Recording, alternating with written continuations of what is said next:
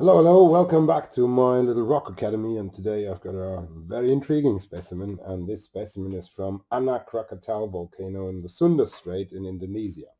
And here we have this rather intriguing specimen. It's what we call a XENOPUMICE, a foreign pumice, and it's very light in fact, and it's quite rich in vesicles. Here's a lot of small vesicles all through the sample, and it's enclosed in a host rock of basaltic andesite, the typical product of Anak Krakatau volcano.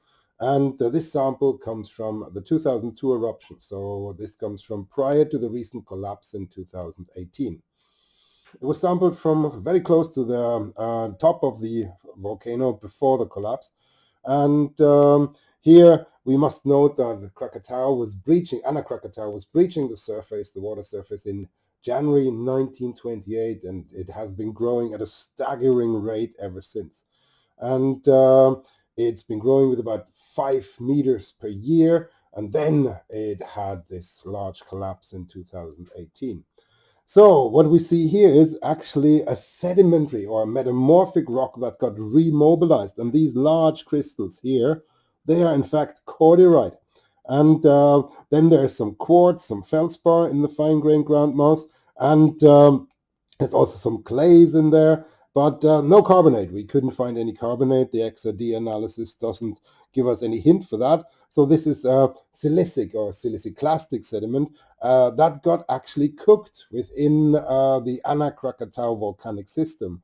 So this was a sediment that was close to magma storage reservoirs, to a pocket or so underneath the volcano, and it got heated up to several hundred degrees so that cordierite could grow. These cordierites are quite spectacular, and XRD is very clear on them. So these are metamorphic minerals that have formed during the heating process. Let me turn this specimen around.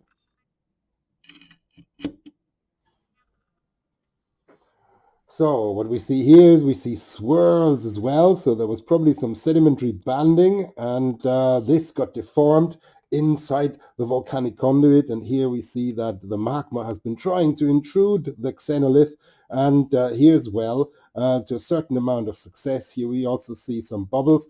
So this sediment was bubbling up in the process of being heated, making this pumice-like. And since it's foreign to the volcano, since it has quartz and cordierite and minerals that are not really typical for the Anak Krakatau basaltic andesite, we have to infer it to be foreign, and therefore it's a xeno-pumice. Intriguingly, a Dutch survey geologist described already in 1929 the occurrence of what he termed cordierite pumice, and this didn't really make sense at the time, and people were very puzzled by it, and he was partly getting some grief for it because people were not taking him fully seriously. But here is a confirmation. It is true what Mr. Stain, that was his name, said, and we have this cordierite pumice or foreign pumice, and let's see whether we can go a little deeper here.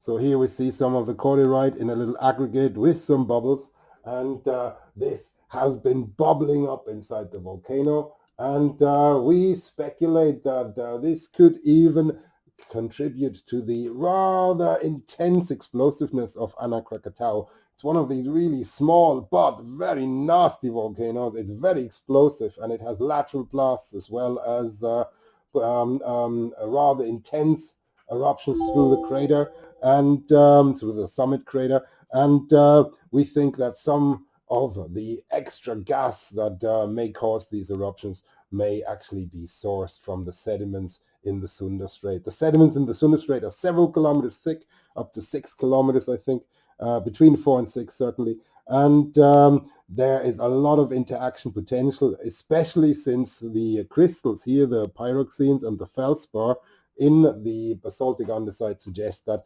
magma storage can be quite shallow under Anak Krakatau at a level of about 2 to 3 kilometers. And if that's true, then some of these magma pockets sit inside the sediments.